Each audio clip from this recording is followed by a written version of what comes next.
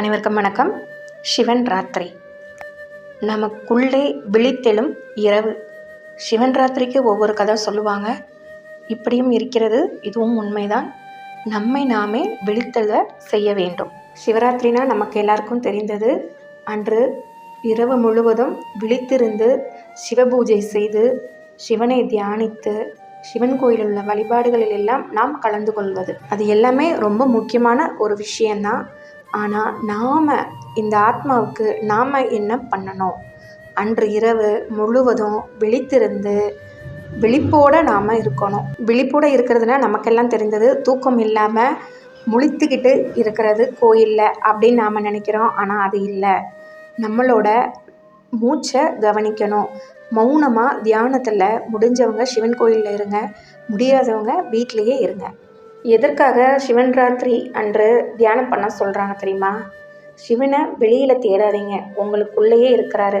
அமைதியாக இருந்தீங்கன்னா சிவ தரிசனம் நமக்கு கிடைக்கும். அமைதியாக இருந்தோம்னா நம்ம யாருங்கிறது நமக்கே தெரிய ஆரம்பிக்கும். அதையும் சிவபெருமானே நமக்கு தெரியப்படுத்துவார். அதற்கு உண்டான விஷயங்களை நீங்கள் செய்தாலே போதும்.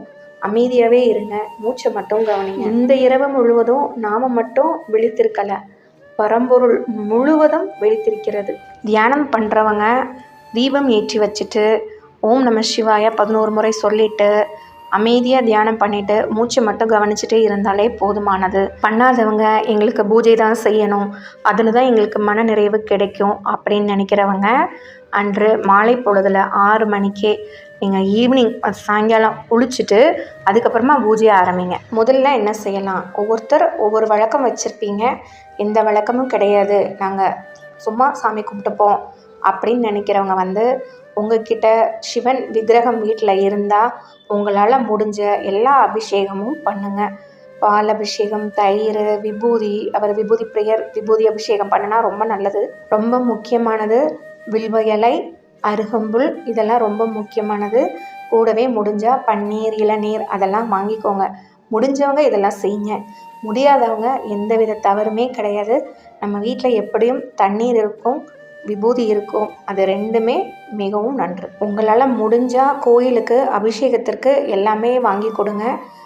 பால், எண்ணெய் விளக்கேற்றுவதற்கு அதை வாங்கி கொடுத்தீங்கன்னா அன்று முழுவதும் இரவு நீங்கள் கொடுக்குற எண்ணெயில் கோயிலில் விளக்கு எரியும். சிவராத்திரி அன்று முதல் கால பூஜை மாலை 6 மணியிலிருந்து இரவு 9 மணிக்குள்ளே நடைபெறும். பிரம்ம தேவரால் சிவனுக்கு செய்யப்படும் வழிபாடு. இந்த முதல் ஜாமத்தில் சிவபெருமானுக்கு பசும்பால், தயிர், நெய், கோமியம்,